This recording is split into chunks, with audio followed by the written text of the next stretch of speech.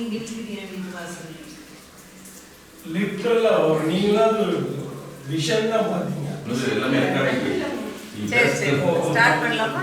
we'll continue that. Okay. Lunch பிரேக்ல we'll continue. இப்போ start பகுதி 10 அடுத்ததுக்கு வரோம். இல்லை நீங்கள் மேனுவல் இருக்கீங்கன்னா அதில் இருக்க சில இது கூட நீங்கள் படிச்சுக்கலாம். இந்த இறையாண்மையை குறித்து கேள்வி பதிலில் 19ஆம் அதிகாரத்துலேயும் இந்த திரும்ப ரிப்பீட் ஆகிருக்கும். இன்னொரு விதமாக அங்கே இருக்கும், எக்ஸ்ட்ரா நோட்ஸ் உங்களுக்கு பார்த்துக்கலாம். டீட்டெயிலுக்குள்ளே நான் போகல, நம்ம வேறு விதமாக நம்ம ஆதியாகமம் 1லேருந்து நம்ம பார்த்துட்டோங்க. ஸோ அதில் உங்களுக்கு எதுவும் சந்தேகம் இல்லைன்னு நினைக்கிறேன் இப்போ ஆண்டவருடைய இறையாண்மை குறித்து. ஸோ இப்போ பகுதி 10 பார்ப்போம். முழுமையான மனிதனுக்கு முழுமையான சுகமளிப்பு, மீட்பில் சுகமளிப்பு. அதாவது ஆண்டவர் வந்து ஆவி ஆத்மா சரீரத்தில் ஆத்மாவின் மூலமாக நம்ம சுயசித்தத்தை செயல்படுத்தி நம்ம வந்து ஆவியில் மறுரூபமாக்குறோம். எப்படி வானகேன் எக்ஸ்பீரியன்ஸு, மறுஜென்ம அனுபவத்துக்குள்ளே நம்ம வர்றதுக்கு நம்ம சுத்தத்தை நம்ம செயல்படுத்தி ஆண்டவரை ஏற்றுக்கொள்கிறோம்.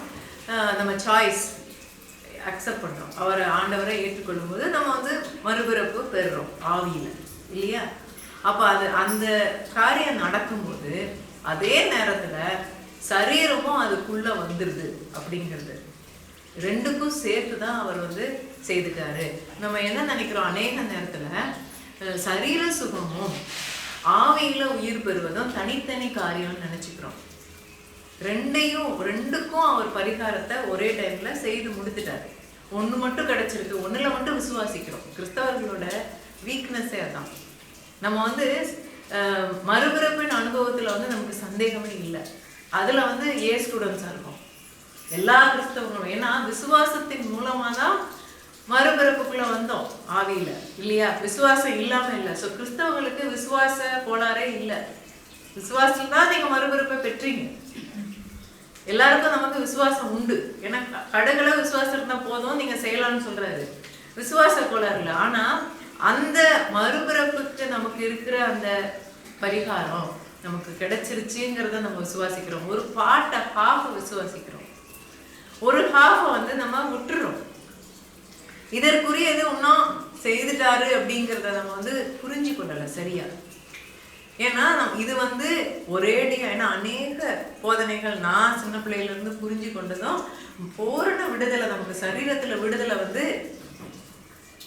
செகண்ட் கம்மிங், 2ஆம் வருகைக்கு பிறகுதான் நம்ம மறுரூபமாக்கப்பட்ட சரீரத்தை பெற்றுக்கொள்வோம். ஏசாமிக்கு மட்டும்தான் இப்போ இருக்குல்ல அந்த வார்த்தை, எனக்கு சொல்ல தெரியல. குளோரிஃபைட் பாடி, என்ன பாடி? மகிமையின் சரீரத்தை இன்னும் நம்ம பெறல. அது இன்னும் நடக்கல. அது வந்து 2ஆம் வருகையில தான் நம்ம பெற்றுக்கொள்வோம். இப்போ ஏசாமிக்கு இருக்கு, அவர் மட்டும்தான் அதுல இருக்காரு. இப்போ அந்த அனுபவத்துல இருக்காரு. அந்த அனுபவம் எப்போ கிடைக்கும்? கிறிஸ்துவுடைய 2ஆம் வருகையில கிடைக்கும். ஸோ அதை குறித்து சொல்லப்பட்ட இடங்கள்லாம் 1 Corinthians 15, ஏசாமியே நிறைய இடத்துல மத்தேயுல கடைசியில, லூக்கால கடைசியில சொல்லியிருப்பாரு. அதை குறித்துலாம் பேசியிருப்பாரு. அவர் வந்து ஓமானமா பேசினதை, அதை குறித்து பேசினதை அநேகர் வந்து இன்றைக்கு நமக்கு இப்ப இருக்கிற சரீரத்துக்கு தான் சொல்றாருன்னு நினைச்சு தப்பா புரிஞ்சிருக்கோம் நிறைய இடத்துல. அதை வந்து அது தப்பா புரிந்து கொள்ள வைக்கிறதே பிசாசு தான் நம்மளை. ஏன்னா அவனுக்கு அட்வான்டேஜ் இல்லை. நம்ம அப்படி நினச்சிக்கிட்டோம்னா ரெண்டுக்கும் சேர்த்து தான் அவர் வந்து பூர்ணமாக தான் பரிகாரத்தை செலுத்தி விட்டார். இது அநேக இடத்துல நமக்கு வந்து தெளிவாக இருக்கு. வேதத்தில் பழைய ஏற்பாட்டிலையும் இருக்கு, புதிய ஏற்பாட்டிலையும் இருக்கு. நிறைய வசனங்கள்ல நமக்கு அதை தெளிவாக கொடுத்துருக்காரு. ஆனால் நம்ம அந்த ஆங்கிளில் அதை பார்த்ததே இல்லை. நமக்கு அப்படி நம்ம புரிந்து கொண்டோம், அப்படி நமக்கு சொல்லி கொடுத்துட்டாங்க. இதுக்கு மட்டும்தான் இன்னைக்கு இருக்கு, அதுக்கு பூர்ணமா இல்லை. எல்லாரும் கீழாக முடியாது. நம்ம சித்தம் இப்போ கடைசியா நம்ம ஆண்டவருடைய சித்தமா கண்டிப்பான்னு பார்த்தோம். ஆமா, கண்டிப்பா ஆண்டவருடைய சித்தம் தான் அப்படிங்கிறத நம்ம விதவிதமா பார்த்துருக்கோம். நான் ஒரு வசனம் போன இதுலயே நம்ம சொல்லியிருக்க முடியும். இங்கிலீஷ்ல டீட்டெயிலா இருக்கு, அதிக பேஜஸ்ல இருக்கு. தமிழ்ல அதை வந்து கொஞ்சமா கொடுத்துருக்கோம். நம்ம அந்த ஒரு வசனத்தை பார்த்துட்டு இந்த மத்தேயு 8ஆம் அதிகாரம் 2-3.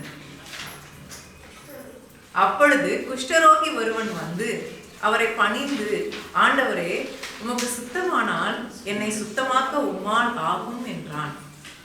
இயேசு தமது கையை நீட்டி அவனை தொட்டு, எனக்கு சுத்தம் உண்டு, சித்தம் உண்டு, சுத்தமாகு என்றார். உடனே குஷ்டரோகம் நீங்கி அவன் சுத்தமானான். அப்போ சித்தம் உண்டான்னு அவன் வந்து உமக்கு சுத்தமானான். அப்ப அவனுக்கு மைண்ட்ல ஒரு கொஸ்டின் இருக்கு, இன்றைக்கு நமக்கெல்லாம் கூட இருக்கிற மாதிரி. நம்ம பொதுவா சொல்றேன், கிறிஸ்தவர்களுக்குள்ள இருக்குது. அப்ப அவன் ஏன் சொல்றான்னா, உமக்கு சுத்தம் தான் நீ செய்ய முடியும். ஏன்னா நீர்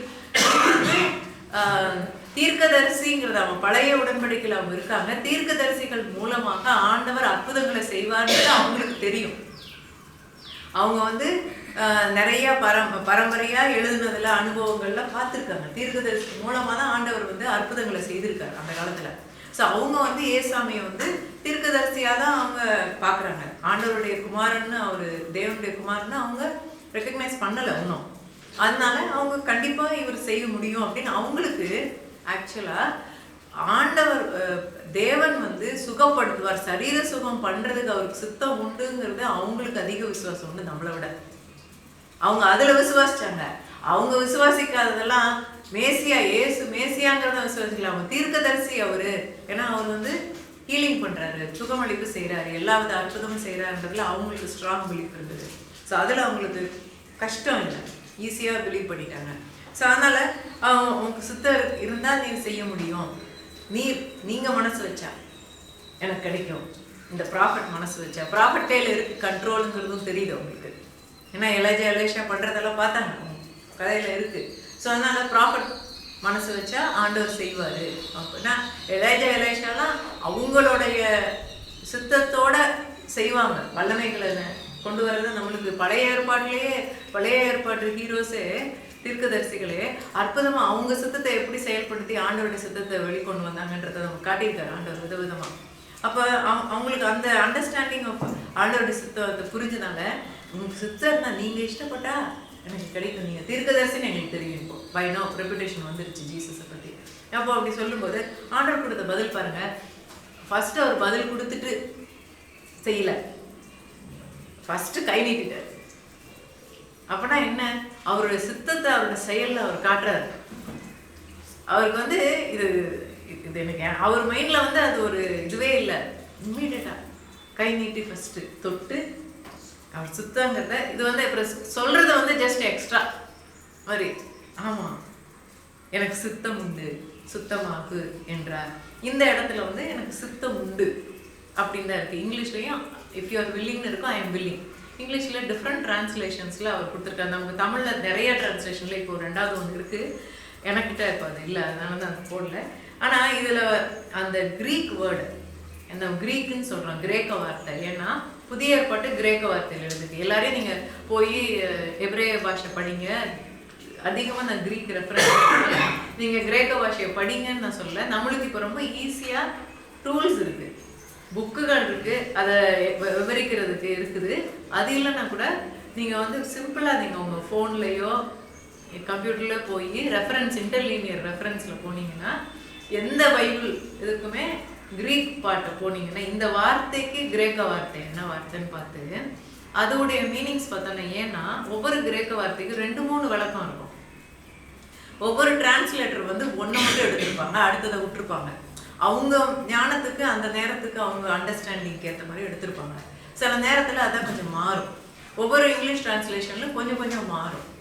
அது வந்து வார்த்தை மட்டும் இல்லை, கிராமரே வந்து இலக்கணத்தில் அது எந்த விதமாக சொல்கிறோம், பாஸ்ட் டென்ஸ் ப்ரெசன்ட் டென்ஸ் சொல்கிறோம், அதை பொறுத்துலாம் கூட மீனிங் மாறும் கொஞ்சம். ஸோ அதை இந்த இடத்துல பார்த்தீங்கன்னா இந்த வார்த்தை வந்து சித்தம்னு அவர் சொன்ன கிரேக்க மொழியில தெல்லோ அல்லது எத்தல்லோ என்ற வார்த்தையிலிருந்து எடுக்கப்பட்டது. அந்த தெல்லோன்னு கிரேக்க போட்டதே இவங்க சித்தம் உண்டுன்னு எடுத்தாங்க. அது விருப்பத்தை குறிக்கிறதா இருக்கும். அது வந்து ஐ எம் ஆல்வேஸ் வில்லிங் அப்படிங்கிற மாதிரியா. தமிழ்ல அதை நான் எப்படி சொல்றேன்னா, நான் அதை செய்வதே விரும்புகிறேன் அப்படின்னு நம்ம சொல்றாருன்னா, இந்த இடத்துல என்ன எப்படி சொல்லியிருக்கு நம்ம பைபிள்ல, எனக்கு சுத்தம் உண்டு, சித்தம் இருந்தா எனக்கு சுத்தம் உண்டு அப்படின்னு சொல்லிடுறாரு. ஆனா அது வந்து ஒரு கண்டினியூஸ் டென்ஸ், தொடர்பது. ஐ எம் ஆல்வேஸ் வில்லிங்ன்ற மாதிரி தான் கிரீக்ல இருக்குமா எம்பசிஸ். நமக்கு டிரான்ஸ்லேஷன்ல வந்து அவர் சித்தம் உண்டுன்னா சித்தம் உண்டுன்னு சொல்லிட்ட மாதிரி டைரக்ட் ஆன்சர் மட்டும் கொடுத்துருக்காங்க. சிம்பிளா ரொம்ப லிமிட்டடா இருக்கு, குறைவான எம்பசிஸோட இருக்குது. ஆக்சுவலி அது வந்து எனக்கு எப்போதுமே என்னுடைய சித்தம் தான் எனக்கு குறிக்கிற அப்படிதான் அவர் சொன்னான். அது எப்படி இருக்கும்னா தமிழ்ல இருந்தா சரியானபடி எப்படி இருக்குன்னா, நான் எப்போதும் சித்தமாக உள்ளேன். ஆல்வேஸ் நான் எப்போதுமே ரெடியா தான் இருக்கேன். அது என்னைக்கு நீ வந்து அது கேட்கவே வேண்டாம். இது கேட்டாலே என்னையோட அன்பு நீ கேள்விக்குறி மாதிரி அப்படியா நினைக்கிறேன், இப்படியா கேட்குறீங்கன்ற மாதிரியாது. அவர் வந்து இது எப்போதுமே நான் வந்து சித்தமா இருக்கேன், நீ அது அவனுக்கு சந்தேகமே வேண்டாங்கிற மாதிரி முதல்ல தொட்டுறாரு.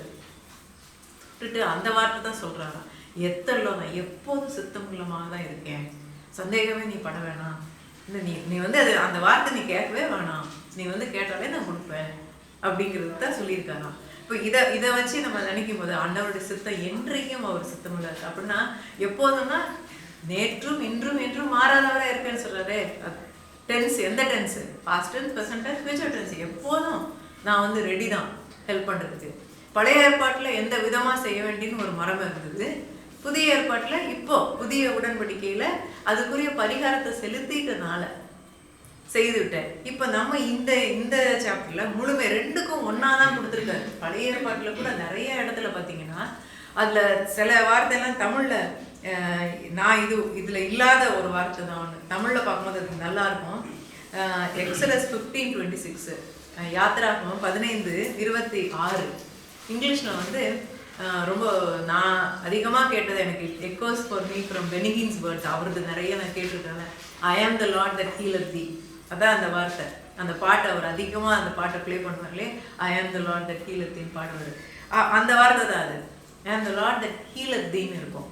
ஹீலிங் அப்படின்னா சுகப்படுத்துறவர்னு இருக்கும். நீங்கள் ஆனால் தமிழில் பாருங்கள், அது வந்து எபிரேய வார்த்தைன்னு கரெக்டாக பண்ணியிருப்பாங்க. ஹீலிங்ன்றது அந்த வார்த்தை தான். ஆனால் நம்ம ஹீலிங்னு நினச்சோன்னா நம்ம வந்து ஃபிசிக்கல் ஹீலிங் தான், சரீர சுகப்படுத்துறதா நம்ம நினைப்போம். ஆனால் அது தமிழில் எழுதிருக்கும் போது இது எப்படி எழுதிருக்கு படிங்க.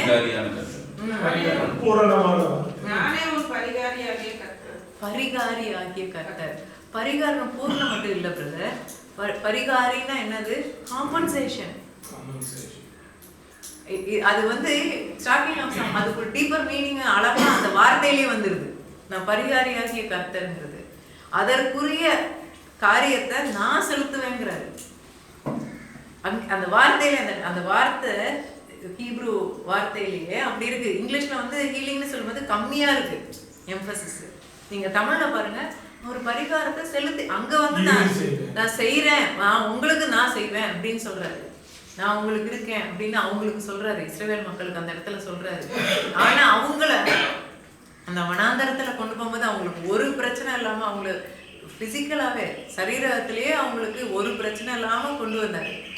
அப்ப அந்த டைம்ல அவர் நான் உங்களுக்கு இருக்கேன்னு சொல்லி ப்ராமிஸ் பண்ணி அவங்களை கூப்பிட்டு வந்து எல்லாம் செய்த அதே ஆண்டவர் தான் இப்போ பெர்மனன்ட் சொல்யூஷனை நமக்கு அதை நிறைவேற்றி இயேசுவின் மூலமாக கொடுத்தாரு.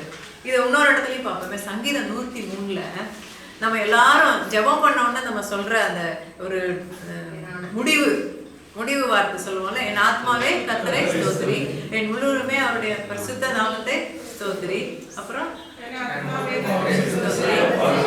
அவர் செய்த சகல உபகாரங்களையும் மறவாது. நம்ம ரொம்ப ரொம்ப ஷுவரா அதுல சொல்லுவோம். அதை ஏன் அங்கேயே நிறுத்திட்டாங்களோ? நான் சொல்லுவேன், இப்போ யாரையுமே 2ல நிறுத்தக்கூடாதுன்னு. அந்த 3வது சேர்த்து சொல்லுங்க. 3வது வசனம் என்ன சொல்லுது? அவர் உன் அக்கிரமங்களை எல்லாம் மன்னித்து நோய்களை எல்லாம் குணமாக்கி.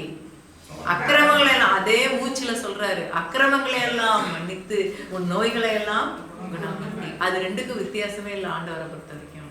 2ம் ஒரே தான், ஒண்ணுதான், ஒன்னாதான் கொடுத்தாரு. அவரு ஒண்ணுக்கு தான் பரிகாரம் செலுத்தினாரு, 2யும் ஒன்னா. இன்ஃபேக்ட் அவர் பரிகாரம் செலுத்தும் போது, ஏசாமி செலுத்தும் போது முதலாவது அவர் வந்து அடி வாங்கினாரு. தழும்புகளால் குணமாக்குறீங்க, ஆனா அவருடைய ரத்தத்தினால நம்ம மீட்கப்படுறோம். நம்ம ஆவி மீட்கப்பட்டது அவருடைய ரத்த பரிகாரம். அது சரீரம் மீட்கப்பட்டது அவருடைய அடி. சரீரத்துல அவர் வாங்கின அடி, தழும்புகள். அந்த தழும்புகள் வந்து இன்றைக்கும் சில பேர் வந்து விஷன்ல பார்த்துக்கிறோம். ஜீசஸை பார்த்தவங்கலாம் சொல்லும்போது நம்ம சில பேரோட ஹெவன்லி எக்ஸ்பீரியன்சஸ் நீங்கள் கேட்டிருப்பீங்க. நம்ம அதை டிபெண்ட் பண்ண சொல்ல வசனத்தை தான் சொல்லணும். பட் அது கூட இதுக்கு ஒவ்வி வரும். ஏன்னா அவங்க எல்லாம் சொல்லுவாங்க, அந்த பிளட்டு அவருடைய கையில வந்து அந்த ஊண்டு ஓட்டையை பார்த்தேன்னு சொல்லுவாங்க, ஓட்டைக்குள்ள இருந்து ஒளி பார்த்தேன்னு சொல்லியிருக்காங்க நிறைய பேர் விதவிதமா. அந்த அந்த தழும்பு அடிப்பட்டதோடைய அந்த அடையாளம், அந்த அச்சு அடையாளம், அந்த தழும்பும் இப்பவுமே இன்னும் பிளட் இருக்கிற மாதிரி ரெட்டா இருக்கணும். அவரு மகிமை அடைந்த சரீரத்துல கூட அந்த ஊன்ஸ் அவர் இப்பவும் வச்சிருக்காரு. ஞாபகப்படுத்திருக்கு பிதாவை, நான் கொடுத்துருக்கேன். யாரா சிக்கா இருக்காங்களா, சஃபர் பண்றாங்களா காட்டுறாரு. அப்போ பிதா எப்படி வந்து நான் மாட்டேன்னு சொல்ல முடியுமா யாருக்காவது? சொல்லவே முடியாது. அவர் ஆல்ரெடி செய்து முடித்துட்டாரு. இங்க காலில் அந்த சில தழும்புகள், இன்றைக்கும் அந்த தழும்பு நிஜமாவே இருக்குது. அப்ப அந்த தழும்புகளால் நம்ம குணமாக்குறோம். அவர் செய்து காட்டி முடிச்சுட்டாரு. அந்த தீர்க்கதரிசனால உரைக்கப்பட்டு செயல்படுத்தப்பட்டு. அதனால இதுல வந்து ஏதாவது ஒரு சூஸ் பண்ணி பண்ணுவாருன்னு இருக்கா? அந்த மூணாவது அவ்வளவு அழகா இருக்கு. அக்கிரமங்களை எல்லாம் இப்போ நம்ம வந்து அக்கிரமங்களை எல்லாத்தையும் மன்னிச்சார் மட்டும் விசுவாசிக்கிறோம். இப்ப நம்ம வந்து எப்ப கிறிஸ்துக்குள்ள வந்தோமோ அப்ப இல்ல அந்த பாவம் ஒன்றும் இருக்கு, அது ஒன்றும் மன்னிக்கல அப்படின்னு நான் அதுக்குரிய பரிகாரம் நான் பே பண்ணணும் நோனோ அப்படின்னு நம்ம என்னைக்காவது நினைக்கிறோமா? அதுல மட்டும் நம்ம ஸ்டூடெண்டா இருக்கோமா? இல்ல எல்லா பாவத்தையும் மன்னிச்சிட்டேன். ஏன்னா அதுக்கு ரீசனிங் கேளுங்க. வசனாலாம் அழகா சொல்லுவாங்க. இது சங்கீதத்துல இருக்கு, என்னுடைய அக்கிரமத்தை அவர் கிழக்குக்கும் மேற்குக்கும் எவ்வளவு தூரமா அவ்வளவு தூரமா போட்டேன். அது எங்கேயுமே ரெக்கார்ட்லயே இல்ல. போட்டாரு, கடலுக்குள்ள போட்டாரு, எங்கேயுமே எனக்கு அவருக்கு வந்து மெமரி ப்ராப்ளம். ஆண்டவருக்கு எல்லாம் தெரியும்னா அவருக்கு ஒண்ணு மட்டும் அவர் எனக்கு ஞாபகம் இல்லைன்னு சொல்லியிருக்காரு வசனத்துல. எதுனா உன்னுடைய அக்கிரமம் நான் ரெக்கார்டு வைக்கலன்றாரு, மன்னிச்சிருவேன். அப்ப அதுலலாம் நம்ம ஸ்மார்ட்டா இருக்கோம். அதுல மட்டும் நம்ம நல்லா புரிஞ்சுக்கிட்டோம், அதை ஏற்றுக்கொண்டோம். ஏன் இதுல மட்டும் இந்த வார்த்தை, ரெண்டாவது வார்த்தை, உன் நோய்களை எல்லாம் குணமாக்கி, எல்லாத்தையும் தான் குணமாக்கி. அது சில நோய் கஷ்டம். இந்த கோல்டுக்குன்னா ஒரு விதமா ஜெபம் பண்ணோம், கேன்சருக்குன்னா வித்தியாசமா ஜெபம் பண்ணணும்னு இருக்கா? இல்ல, எல்லாத்துக்கும் ஒரே ஆன்சர் தான், ஒரே விதமான ப்ரேயர் தான், ஒன்றும் டிஃப்ரெண்டாகவே பண்ண வேண்டியதில்லை. அப்போ அவர் எவ்வளோ கிளியரா ரெண்டும் ஒன்னாவே கொடுத்துருக்காரு. பைபிள்ல நிறைய இடத்துல ரெண்டையும் ஒன்னா கொடுத்துருக்காரு. இதை தவிர எப்படி உள்ள வந்துச்சுன்றதுக்கு ரோமர் 5 இருக்கு. இன்னொரு இடம் நம்மளுக்கு இதை ஞாபகப்படுத்துறதுக்கு விசேஷமா இருக்கிறது வந்து நற்கருணை.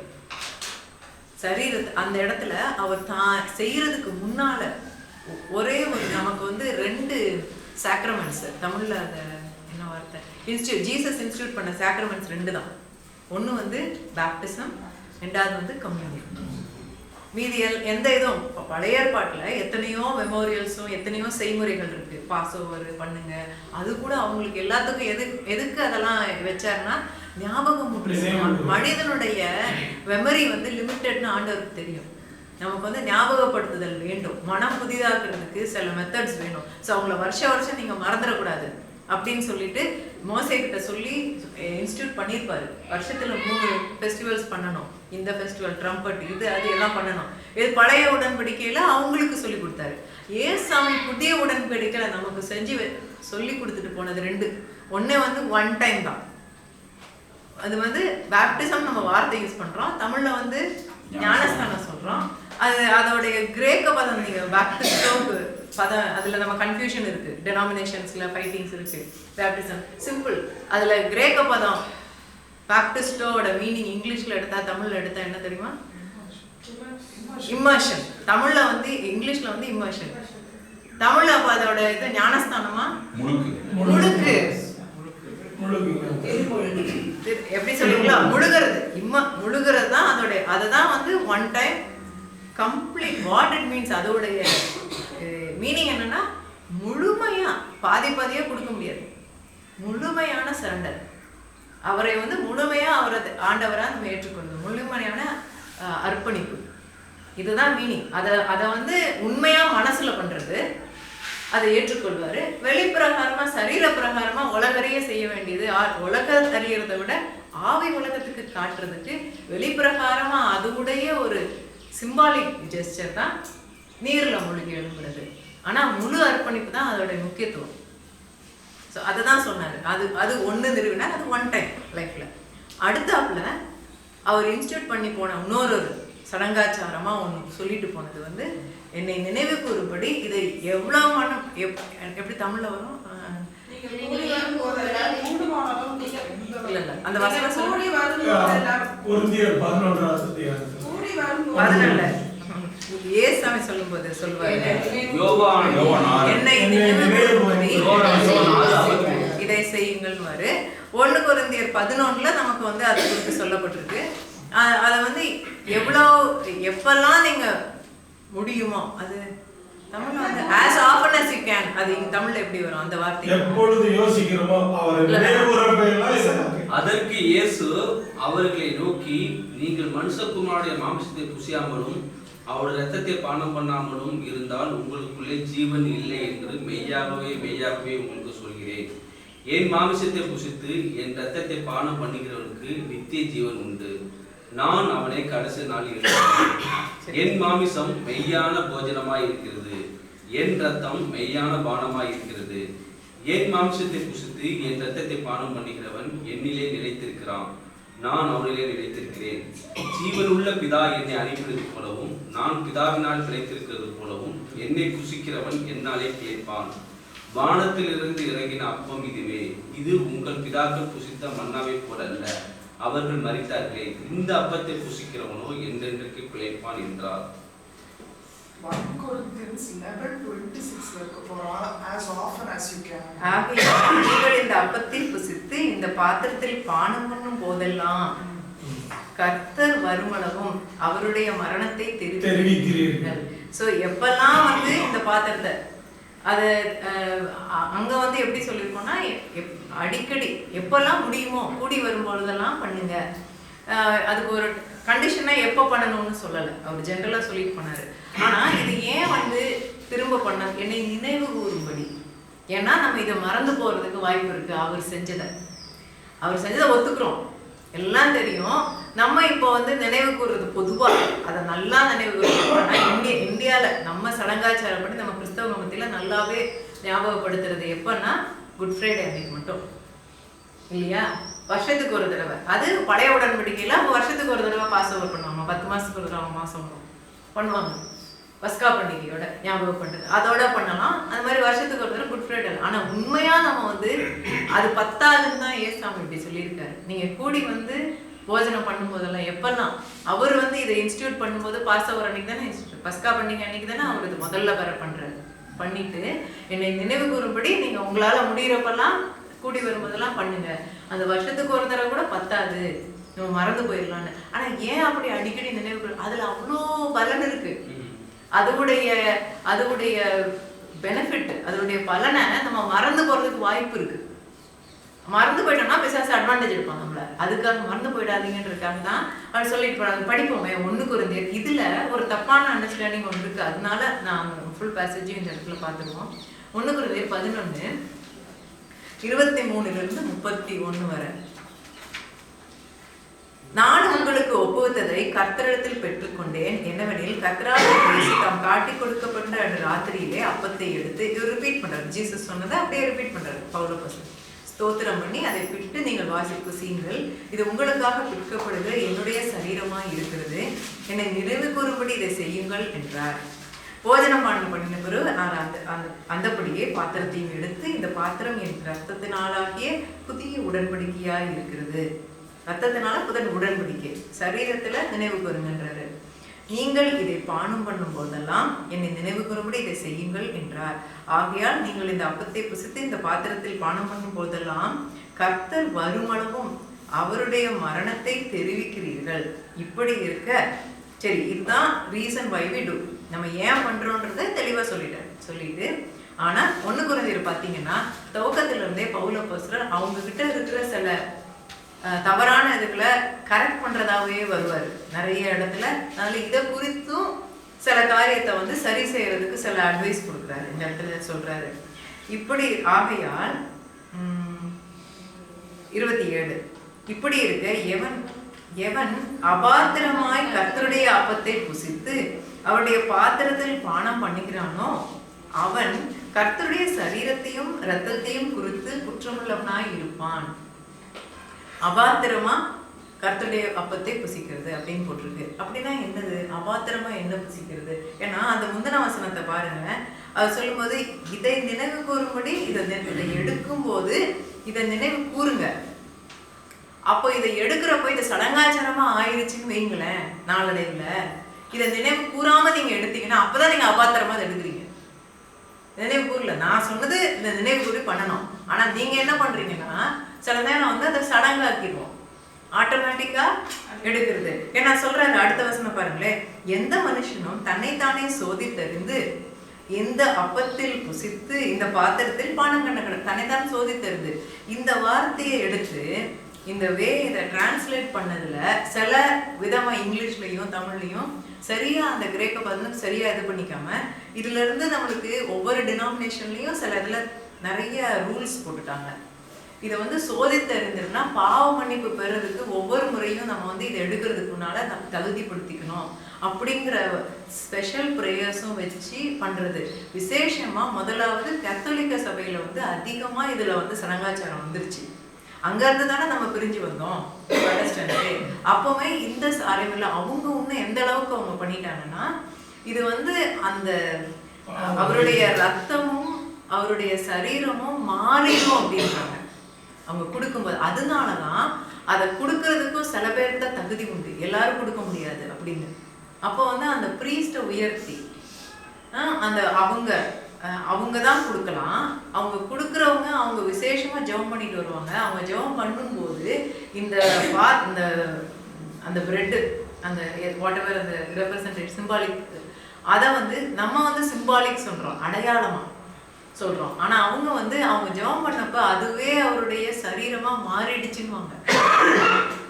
அப்படி அவங்க விசுவாசிக்கிறாங்க, அவங்க அப்படி சொல்றாங்க. அதுக்கு நிறைய அவங்க அனுபவங்களை வச்சிருக்காங்க. அவங்களுடைய பாரம்பரியத்துல பழைய கதைகள்ல நிறைய வச்சு அதை வச்சு அவங்க கொண்டு வந்துட்டு அதே மாதிரி அந்த ரத்தமும் அந்த ஜூஸ் அவங்க ஜெபம் பண்ணோம்னா அது ஆண்டோடைய ரத்தமா மாறிடுச்சுன்னு சொல்லுவாங்க. மாறிடுச்சு. அதனாலதான் மீதி இருந்தா அதை நம்ம இப்போ கூட சில நம்மளுடைய இப்போ நடைமுறை இருக்கிற ப்ராட்டஸ்டன்ட் டினாமினேஷன்ஸ்லயும் அதை நம்ம ஃபாலோ பண்றோம். அதுல மீதியே இருக்கக்கூடாது, மீதி இருந்தா எல்லாம் குடிச்சிருவாங்க, ஏன்னா அது பரிசுத்தம் ஆயிடுச்சோம். ஆனா இங்க இந்த வசனத்தை நீங்க சரியானபடி புரிஞ்சீங்கன்னா அவர் என்ன சொல்றாருன்னா இது வந்து அதை வந்து சோதித்து அறிந்து அதனால நீ தகுதிப்படுத்திக்கிட்டு அபாத்திரமா நீ எடுக்கக்கூடாது. இந்த வார்த்தைகள் எல்லாம் தவறா வந்து புரிந்து கொண்டு தவறா நம்ம வந்து சடங்காச்சாரமா பண்ணிட்டு இருக்கோம். இப்போ யார் கொடுக்கணுங்கிறது ரூல்ஸ் இருக்கு, யார் வந்து அதை எடுக்கிறவங்களுக்கும் ரூல்ஸ். நீ இந்த மாதிரி டைம்ல எல்லாம் எடுக்கக்கூடாது, பெண்கள் வந்து மந்த்லி டைம்ல வந்து எடுக்கக்கூடாது, அப்படிலாம் ரூல்ஸ் இருக்கு. ஆனா சரீர பிரகாரமாவே அவர் இதை சொல்லலை. அவர் சொல்ற இதுல உள்ள பெனிஃபிட்டை நினைச்சு பார்த்து சோதித்தறிந்து நீங்க அறிந்து கொள்ளுங்க. இதுல இருக்கிற பெனிஃபிட் நான் எதுக்காக இது கொடுத்தேன்றத ஞாபகப்படுத்தி கொண்டு எடுங்க. அதுக்குதான் அவர் வந்து அடிக்கடி செய்ய சொன்னாரு. நீங்க மறந்துடுவீங்க நான் பண்ணதுனால இருக்கிற பெனிஃபிட். பாவ மன்னிப்பு குறித்து நமக்கு சந்தேகமே கிடையாது யாருக்குமே. இப்போ சரீர சுகத்தை அந்த செகண்ட் ஹாஃபை வந்து மறந்துடுறோம். அதை வந்து எத்தனை கம்யூனல் சர்வீஸ்ல இந்த பிரெட் வந்து இந்த வேஃபரோ எது கொடுக்குறோமோ இது வந்து அவருடைய இந்த அப்பம் அவர் சரீரம் பிற்கப்பட்டது. இதன் மூலம் இதை நீங்க விசுவாசிக்கும் பொழுது இன்றைக்கு உங்க மத்தியில இருக்கிற எல்லா சுகவீனமும் சரியாகும். அதை நினைவு கூறுறது அப்படின்னு நம்ம அதை நினைச்சு நம்ம எடுக்கிறோமா அப்படி சொல்லி கொடுக்குறாங்களா? அநேக இடத்துல பண்றது இல்லை இல்லையா? அதை தான் அவர் சொல்றாரு, இது எதுக்காகன்றத நீங்க நினைவு கூர்ந்துங்க. ஏன்னா மறந்துடுவீங்க, இந்த பெனிஃபிட்டை நீங்க மறந்துடுவீங்க. சரி, ஏன் எடுக்குன்னு சொல்றதே மெமோரியலுக்கு தான். அவருக்கு நன்றி சொல்றதுக்காக ஒரு பக்கம் என்னை நினைவு கூறுங்க. ஆனா என்னை நினைவு கூறுறதுனால அவருக்கு என்ன வருது? அவர் மெயினா அந்த என்னதுக்காக நினைவு கூற சொல்றாரு, அதனால உங்களுக்கு பலன் இருக்கு, அதை வேஸ்ட் பண்ணிடாதீங்க. அதை அடிக்கடி எப்பெல்லாம் வாய்ப்பு கிடைக்கிறப்பெல்லாம் நீங்க நினைவு கூர்ந்தீங்கன்னா அந்த நேரத்துல ஒரு ரிமைண்டர் ஆகும். இதை வச்சு நான் எனக்கு இன்னைக்கு தலைவலிக்குது, இதுக்கும் அவரு ஞாபகப்படுத்துறதுக்காக இன்னைக்கு இந்த டிசீஸ் வந்துருச்சு, எனக்கு இதுக்கு இது யூஸ் பண்ணலாம், இன்னைக்கு அவங்களுக்கு கொண்டு போய் கொடுக்கலாம். ஸோ இதை வந்து அந்த பர்பஸ்க்கு தான். எந்த மனுஷனும் தன்னைத்தான் சோதித்தறிந்து இந்த அப்பத்தில் புசித்து இந்த பாத்திரத்தில் பானம் பண்ண கடவன், என்னிடத்தினாலும் அபாத்திரமாய் போஜனம் பானம் பண்ணுகிறவன் எண்ணத்தினாலெனில் அபாத்திரமாய் போஜனம் பண்ணுகிறவன் கர்த்தருடைய சரீரம் இன்னதென்று நிதானத்து அறியாததினால் தனக்கு ஆக்கினத்திற்கு வரும்படி போஜன பானம் பண்ணுகிறான். எவ்வளவு தெளிவா இருக்கு அது. அது வந்து நீங்க வந்து தன்னைத்தான் சோதித்தருன்னு சொல்லிட்டு அந்த இடத்துல அபாத்திரான்றது என்ன, நம்ம வந்து அந்த வேர்டை வச்சு தகுதிப்படுத்திக்கலன்ற மாதிரி எடுத்துக்கிட்டோம். அப்படி சொல்ல இங்க எக்ஸ்பிளைன் பண்ணும்போது எப்படி இருக்கா, சரீரம் என்னதென்று நிதானித்து அறியாததினால் தனக்கு ஆக்கினத்திற்கு வரும்படி போஜனம் பானம் பண்ணிக்கிறான். அப்படின்னா என்ன, நமக்கு நம்மளுடைய செய்கைக்கு நம்ம வந்து ரிசல்ட்டா நம்ம வந்து இப்போ கஷ்டப்படுறோம் அப்படிங்கிறத நம்மளே ஏத்துக்கிற மாதிரி. ஏன்னா நீங்க வந்து அதை இது நிமித்தம் உங்களில் அநேகர் பலவீனரும் வியாதி உள்ளவர்களுமாய் இருக்கிறார்கள், அநேகர் நிச்சரையும் அடைந்திருக்கிறார்கள். நம்மை நாமே நிதானித்து அறிந்தால் நாம் நியாயம் தீர்க்கப்படும். இது ஏன் நியாயம் தீர்ப்பை கொண்டு வராதீங்க? ஏன்னா அது ரெண்டும் ஒன்னா கொடுக்கப்பட்டுச்சு. பாவத்தினாலதான் சுகவீனம் உலகத்துல வந்துச்சு. Source of sickness is sin. பாவத்தினாலதான். ஆதியில ஆண்டவர் ஆதாம் ஏவாளை படைச்சப்ப இருந்ததா? இல்ல. அவங்க என்னைக்கு பாவம் பண்ணாங்களோ அதுக்கப்புறம் தான் இதெல்லாம் வந்து கிரியேட் ஆச்சு. ஃபால்னாலதான், வீழ்ச்சியினாலதான், பாதி வீழ்ச்சி, அதுக்கப்புறம் தான் இதெல்லாம் வந்தது. தவறெல்லாம் உள்ள வந்தது. ராங் வேஸ்ல எல்லாமே யூஸ் பண்ண கிருமிகளை கூட அதுக்கு ஒரு நோக்கம் இருக்கு, அதன்படி அது கிரியை செய்யாம நம்மளுக்கு அகேன்ஸ்டா வர வச்சிருக்கு. அதெல்லாமே பிசாசனுடைய வல்லமையில வந்தது. அப்ப அதை வந்து மீறணும்னா அதுக்கு விமோசனம் என்னது? பாவ மன்னிப்பு. பாவத்துக்கு பாவ மன்னிப்பு, ரத்த சுத்தம் இல்லாம பாவ மன்னிப்பு இல்லை. அப்ப அது ரிசால்வ் ஆன உடனே ஆட்டோமேட்டிக்கா பாவத்தினால வந்த சுகவீனத்துக்கும் விமோசனம் அவரின் மூலம், அவர் செய்ததன் மூலம், அவர் சரீரத்துல அடிக்கப்பட்டது, அவர் தழும்புகளால் நம்ம குணமாக்கணும்னு ரெண்டும் சேர்த்து கொடுத்துருக்காரு. இது நம்ம மத்தியானம் பாக்குறதுல இன்னும் டீட்டெயிலா அதுக்குள்ள போக முடியும். பட் இதை நினைவு கூறணுங்கும் போது அந்த ஜஸ்ட் ஒரு கம்யூனியன் எவ்ரி டைம் நம்ம கம்யூனியன் எடுக்கும்போது நம்ம வந்து அதை நினைவு கூர்ந்தாலே, இந்த இதை வச்சு நிறைய பேர் வந்து உங்களுக்கு உள்ள வந்து சிக்னஸ் வருதுன்னா கம்யூனியனை சரியா புரிஞ்சிக்காதனாலன்றதான் அவர் சொன்னது. ஆனா நம்ம எப்படி இது நமக்கு சில நேரம் போதிக்கப்படுதுன்னா, கம்யூனியன் எடுக்கும்போது பயபக்தியா வரணும். எனக்கு ஃபர்ஸ்ட் நான் கன்ஃபர்மேஷன் சிஎஸ்ஐல கன்ஃபர்மேஷன் எடுக்கும்போது நான் எங்கள் அம்மா அப்பா எங்கள் கூட இல்லை. ஸோ எங்கள் டீச்சர் எங்களுக்கு சொல்லிக் கொடுத்தாங்க வார்டன். அப்போ அவங்க வந்து எப்படி சொல்லி கொடுத்தாங்கன்னா, ஒரு புக்கு கொடுத்தாங்க, சின்ன புக்லெட் கொடுத்து முந்தின நாளே நீங்கள் அதில் வந்து எல்லாம் 9 ஆவியின் வரங்கள் எல்லாம் கொடுத்து நீ அன்பு எல்லாம் எனக்கு இருக்கா நீ சோதனை பண்ணு. ஸோ ஃப்ரைடேலேருந்தே நீ சோதனை பண்ண, ஃப்ரைடே இவ்வளோ தயார் பண்ணணும், சாட்டர்டே தயார் பண்ணணும், சண்டே நீ போய் கம்யூனியன் எடுக்கணும், இதுதான் எவ்ரி வீக் பண்ணணும் அப்படின்னு சொல்லி கொடுத்தாங்க. எனக்கு அது புரியல. ஆனால் நான் எடுத்து படிப்பேன். அந்த புக்கில் உள்ள அந்த புக்கு ஒன்று தான் அவங்கக்கிட்ட இருக்கு. எங்களெல்லாம் எழுத வச்சாங்க. நாங்கள் எல்லாரும் நோட் புக்கிலலாம் எழுதி வச்சு அதெல்லாம் படிப்போம். இந்த வாரத்தில் லாஸ்ட் கம்யூனியனுக்கு இந்த கம்யூனியனுக்கு முன்னால் நான் யாருக்கிட்டலாம் நான் அன்பு இல்லாமல் இருந்தேன் அப்படின்னு யோசிச்சு மன்னிப்பு கேட்கணும். அப்படி அந்த whole it's a process of ஃபர்கிவ்னஸ்க்கு. பாவ மன்னிப்பு ஜெபம் இப்பவும் இருக்குல்ல நம்ம ஜெபங்கள்ல. பாவ மன்னிப்பு ஜெபம் முன்னால ஸ்பெஷலா பண்ணிட்டு தான் கம்யூனியன் பண்ணணும். அப்போ வந்து ரொம்ப ஹோலியா எல்லாரும் முட்டிட்டு பாவ மன்னிப்பு கேட்டுட்டு தான் போய் கம்யூனியன். ஏன்னா இந்த வசனத்தை வச்சு அவங்க அப்படி புரிஞ்சுக்கிட்டாங்க. நீங்க அபாத்திரமா கம்யூனியன் எடுத்தீங்கன்னா நம்மளை அடிப்பார் ஆண்டவர். அப்படி சொல்லலை. அதை அவங்க அப்படி புரிஞ்சுக்கிட்டு, ஏன் அது வந்து அது ஒரு விதத்துல நல்லது. சரி, இஃப் யூ ஆர் யூசிங் கம்யூனியனை ஒரு சான்ஸ் ஆஃப் கரெக்டிங் யுவர் செல்ஃப்க்கு அது யூஸ் பண்ணிங்கன்னா நல்லது. ஆனால் இந்த மாதிரி புரிஞ்சுக்கிட்டனால அப்போ யாருக்காவது சில சுகவீனங்களுக்கு ரீசன் வந்து அப்போ நீங்கள் தப்பு பண்ணதுதான் அப்படின்னு நம்ம அதோட கோரிலேட் பண்ணுறோம்.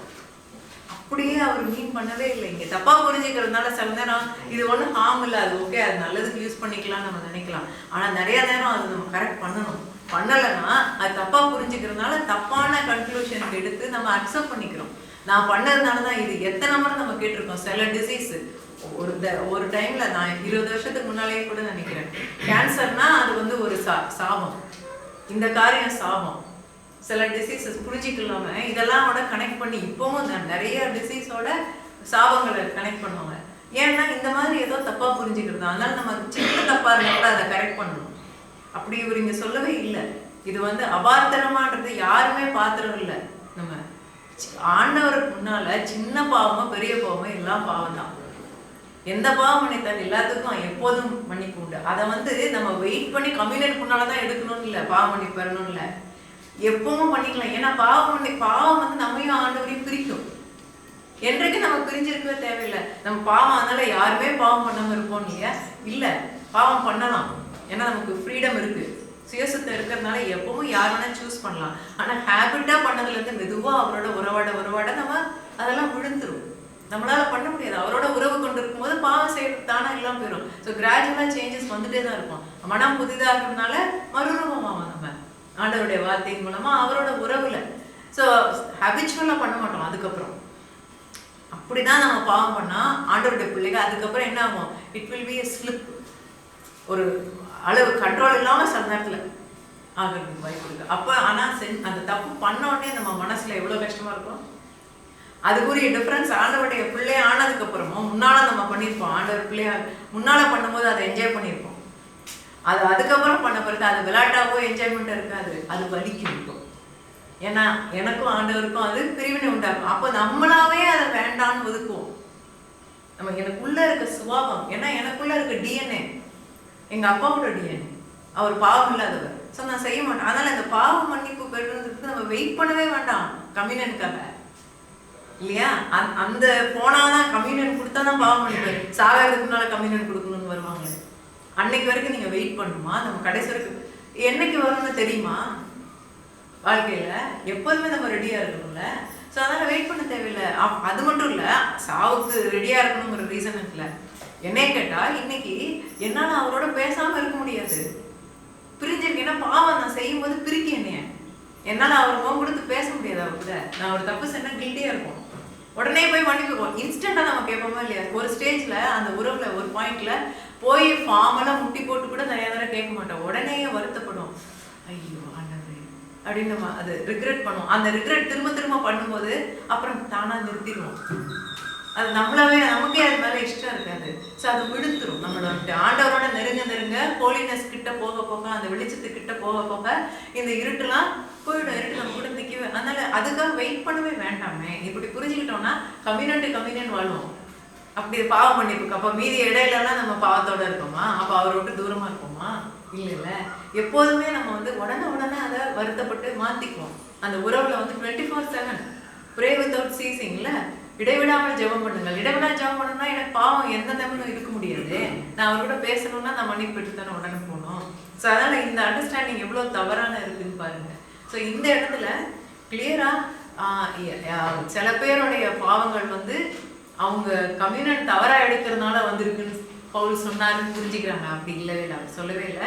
சரியா நிதானிச்சு சுகவீனம் இல்லாம நீங்க இருக்கலாம், சுகம் பெற்றுக்கொள்ளலாம். எதை? சரீரத்தை. அந்த பாட்டை கிட்ட புரிஞ்சுக்கிட்டீங்கன்னா அவருடைய தழும்புகளால் நம்ம குணமாக்குறோன்ற ரெண்டையும் நினைவு கூறணும். அந்த பிரெட் பாடி ஹீலிங், அந்த ரத்தம் நம்ம ஆவியில பெற்றதை நினைவு கூறுது. நம்ம யாரோட பிள்ளைன்றத நினைவு கூறுது. எப்படி எனக்கு கொடுத்தாரு, நான் எப்படி பெற்றுக்கொண்டேன், அவருடைய ரத்தம் கடைசி சொட்டு ரத்தத்தையும் சிந்தி எனக்கு கொடுத்துருக்காரு, எனக்காக அடிக்கப்பட்டார், எனக்காக அந்த ஞாபகப்படுத்தும் போது அந்த அன்பு நமக்கு இன்னும் அதிகமா அவர் மேல உள்ள அன்பு வர்றதுக்கு ஞாபகப்படுத்திருக்கு. மறந்துடாதீங்க. குட் ஃப்ரைடே அன்னைக்கு மட்டும் இல்லை, அதுவும் ரொம்ப நல்லது. அது அப்படியாவது நினைவு போடுறாங்களே சில பேர்னு சந்தோஷப்பட்டுக்கிறேன். அதை நான் கிரிட்டிசைஸ் பண்ணல. அது பத்தாதுன்னு சொல்றோம், ஆண்டவர் சொல்லி வச்சது. அதனால கம்யூனியன்னால இது ஒரு தப்பான சில பேர் வியாதியா இருக்கிறது அபாத்திரமா பெற்றுக்கிறதுன்றதுனால சில பேர் கம்யூனியன் எடுக்கிறதுக்கே பயப்படுவாங்க. அப்படி இல்லை, இது தப்பா புரிஞ்சிருக்குன்றத காரணம். சரிங்களா? Food is ready. நிறுத்தலாமா? இல்லை இன்னும் ஒரு காமன் நேற்று இந்த பகுதி 10 இந்த இடத்துல முடிச்சுட்டேன். ஆனா இப்ப நேத்து பண்ணதை ஒரு ரவுண்டு ரிவ்யூ பண்ணலாம்னு நினைச்சேன். நேற்று நம்ம என்ன பார்த்தோம்? ஸ்டார்டிங்ல 6 செஷன்ஸ் பண்ணோம் இல்லையா? நீங்க நோட்ஸ் வச்சிருப்பீங்க, மேனுவல் வச்சிருப்பீங்க. ஆனா நான் ஹிஸ்டரி சொல்லும் போது என்னோட இதையும் சொன்னேன், பிரீஃபா சொன்னேன். ஜான் லேக்கை பத்தி, கரீம் லேக்கை பத்தி. ஏன்னா இந்த பேர் அவருடைய பேர்ல வச்சிருக்கனால சொல்லிட்டு வந்தோம். ஆனா இதுல ஸ்டார்டிங்ல சொன்னதை திரும்ப ஒரு முறை ஞாபகப்படுத்துறேன். சுகமளிப்புக்கு ஏன் 100% நம்ம பார்க்காம இருக்கோம்னா 2 காரணங்கள்னு சொன்னோம். அது ஒண்ணுக்கு கனெக்டட். ஒண்ணு என்னது? அவிசுவாசம். ரெண்டாவது மனிதனுடைய பாரம்பரியன்ற வார்த்தை யூஸ் பண்றேன். ஏன்னா ஏசாமி அந்த வார்த்தை யூஸ் பண்ணாரு. பட் அது வாட் இஸ் இட் இன்னைக்கு உள்ள இதுல என்னன்னா தவறா புரிஞ்சுக்கிறது. வார்த்தையை தவறா புரிந்து கொண்டு நம்ம ஏற்றுக்கொள்றது சில நேரத்தில். அதனால தான் சரியா புரிஞ்சுக்கிட்டோம்னா நம்ம வந்து அக்செப்ட் பண்ண மாட்டோம் சிக்னஸை. நம்ம எதிர்த்து நம்ம என்றைக்கும் ஆண்டவருடைய சுத்தம் தான்ங்கிறத புரிஞ்சுக்கிட்டோம்னா, இன்னைக்கு அதை நிறைய விதமா பார்த்தோம். நேற்று அதை ஃபுல்லா பார்க்கல, பட் அதுதான் நம்ம ஸ்டார்டிங் பாயிண்ட். எப்போதும் அது அவிசுவாசம் தான். அவிசுவாசங்கிறது விசுவாச கோளாறு இல்லை. எல்லா கிறிஸ்தவனுக்கும் விசுவாசம் இருக்கு. கடுகளவு விசுவாசம் இருந்தா போதும்னு சொல்லியிருக்காரு. விசுவாசம் இருக்கு. ஆனா அவிசுவாசங்கிறது இருக்கிற விசுவாசத்தை அவிக்கிறது, எதிர்மாறா வர்றது. அந்த அவிசுவாசம் வந்து நம்ம மேற்கொள்ளணும்னா மனம் புரிதாகணும். ஆண்டவருடைய வார்த்தையை சரியா புரிந்து கொள்ள அந்த ரெண்டாவதே ஃபர்ஸ்ட் கேன்சர் ஆகிடும். அவிசுவாசம் எங்க வரணும்? நமக்கு தப்பா தானே சார் அதை புரிஞ்சுக்கோம். வார்த்தையை சரியான புரிஞ்சுக்கிட்டீங்கன்னா, அது ஆண்டவருடைய வார்த்தை புரிஞ்சுக்கிட்டோம்னா ஃபர்ஸ்ட் அது தேவனுடைய வார்த்தை. யாரோட வார்த்தை? அவர் அதிகமா தெரிய அவரை வார்த்தையை தரத்தாம புரியுறது கூட மாறிடும். அதிகமா படிக்கவே நம்ம பைபிள்ல ஸ்டார்டிங்ல இருந்து எல்லாமே வந்து ஒத்து வரும் அழகா. இப்போ சரி, நான் தாண்டி போக பார்க்குறேன், வேணாம். இன்னும் அடுத்த செஷன்ஸ்ல உள்ளது எக்ஸாம்பிள் சொல்லுவாங்க. எங்க பழைய ஏற்பாட்டுல சொன்னப்பட்டது புதிய ஏற்பாட்டில். இப்போ நம்ம சங்கீதம், இப்போ சொன்ன சங்கீதம் 103 எடுத்துக்கோங்க. அங்க 103ல சொன்னதுக்கும் கம்யூனியனும் ரெண்டும் ஒரே மூச்சுல, ரெண்டு சேம் டுகெதர். அதை பிரிக்கவே வேணாம். இது மட்டும் தான் இருக்கு இன்னைக்கு, இது இல்லைன்னு சொல்லவே வேண்டியதில்லை. பழைய ஏற்பாட்டிலே அப்படிதான் சொல்லிட்டாரு. அவருடைய தழும்புகளால் நம்ம குணமாகணும்னு சொல்லும்போது தழும்பையும் ரத்த சிந்துதலையும் நினைப்பூட்டுறதுக்கு கம்யூனியன் எஸ்டாப்ளிஷ் பண்ணிட்டு, பழைய ஏற்பாட்டில் அதே இது நிறைய இடத்துல, இது ஒரு இடம் இல்லை, பரிகாரின்னு சொல்லும்போது ரெண்டுக்கும் பரிகாரம். I am the Lord that healeth யூங்கும் போது அவர் நான் வந்து ஒன்று பரிகாரியா, நானே உங்களோட பரிகார தேவன்னா, நான் உங்களை ஆவிக்குரியதுக்கும் நான் தான் கொடுத்துருக்கேன், சரீரத்துக்கும் கொடுத்துருக்கேன். ரெண்டையும் நீங்கள் பிரிக்கவே வேணாம். நம்ம ஒன்றில் மட்டும் அக்செப்ட் பண்ணி அடுத்ததுல நம்ம குறைவாக இருக்கிறது யாருக்கு? அவனுக்கு பெனிஃபிட். ஸோ இதை வந்து அந்த ரெண்டு ரீசனையும் நம்ம ஸ்டார்டிங்ல சொல்லி ஆரம்பிச்சோம் இல்லையா? அப்புறம் நேற்று மத்தியானத்தில் வரும்போது அப்ரோச் ஆஃப் ஹீலிங்க இன்றைக்கும் நான் சொன்னேன்ல காலையில், அதை உங்களுக்கு ஞாபகப்படுத்துகிறேன். இயேசுவை போல சுகம் அளித்தல். அதை தான் வந்து நம்ம சொல்லி கொடுக்கறதுல உள்ள வித்தியாசம். ஆதி பழைய பைபிளில் ஸ்டார்டிங்லலாம் பார்த்தீங்கன்னா பழைய உடன்படிக்கையில் இயேசுவை போல சுகமளிக்கல. அதுலேயே சில பேர் பண்ணாங்க அங்கே கூட. ஆனால் பொதுவாக அங்கே எப்படி ஆண்டவர் எப்படி கிரியை செய்தார்னா, தீர்க்கதரிசிகள் மூலமாக அப்பப்போ சில பேர் மேலே அவருடைய வல்லமை இறங்கி அற்புதங்கள் நடந்தது. எலிசா மூலமா செய்த காரியங்கள்லாம் பார்த்துருக்கோம். பழைய ஏற்பாட்டிலையும் சுகமளிப்பதற்கு. ஆனால் அந்த மெத்தடை பார்த்து நம்ம ஃபாலோ பண்ணுறது இல்லை, இப்போ தேவையில்லை. ஏன்னா அதை விட இன்னும் சுலபமா இன்னும் வித்தியாசமா நமக்கு கொடுத்துருக்காருன்னா, நமக்கு இருக்கிற உதாரணம் ஏசாமி தான். அவர் தான் ஃபாலோ பண்ணோம். ஆனால் நம்ம ஏசாமியோட கதையெல்லாம் நம்ம படிப்போம், கற்றுக்கொள்வோம். ஆனால் இன்னைக்கு நம்ம பார்த்த மாதிரி எப்போதுமே நம்ம அதை எப்படி அப்ரோச் பண்ணுவோம்னா, இயேசுடைய ஸ்தானத்தில் நம்மளை வச்சு நம்ம பார்க்க மாட்டோம். ஒவ்வொரு சம்பவத்தையும் படிச்சுட்டு அதில் நம்ம என்ன கற்றுக்கலான்னு பார்க்கும்போது, சுகம் இல்லாதவங்க எப்படி வந்து கேட்டாங்க, நம்ம எப்படி கேட்கணும், அவங்க முட்டி போட்டாங்களா, நின்று கேட்டாங்களா, அவ்வளோ டீட்டெயிலாக படிப்போம். எப்படியாச்சும் எங்கேயாவது நான் சரியாக கற்றுக்கொள்ளணும்னு சொல்லிட்டு. ஆனால் அவங்க ஜெபம் பண்ணாங்களா, நம்ம அதை நேர்த்தாதான இயேசுவை போலன்றதுல அவரோட இடத்துல, இயேசு இடத்துல தான் நம்ம இன்னைக்கு நம்மளை வச்சுட்டு நம்ம பார்க்கணும். நம்ம மற்றவங்களுக்காக ஜெபத்துக்கு வரும்போது அப்படிங்கும்போது பார்க்குறோம். சுகமளிப்பு குறித்து தானே இப்போ நம்ம படிக்கிறோம். தெய்வீக சுகமளிப்புக்காக வரும்போது இயேசுவோட ஸ்தானத்தில் இருக்கலாம். ஆனால் அந்த சொல்லும்போது ஃபர்ஸ்ட் நம்மளுக்கு ஒரு குழப்பம் என்ன வருதுன்னா, அவர் தெய்வம் ஆயிற்று, நான் எப்படி அவர் இடத்துல வைக்க முடியும் அப்படின்னு. அதுக்கு தான் நம்ம பார்த்தோம், அவர் தெய்வத்துவத்தை குறித்து வச்சுட்டு வந்திருக்காரு.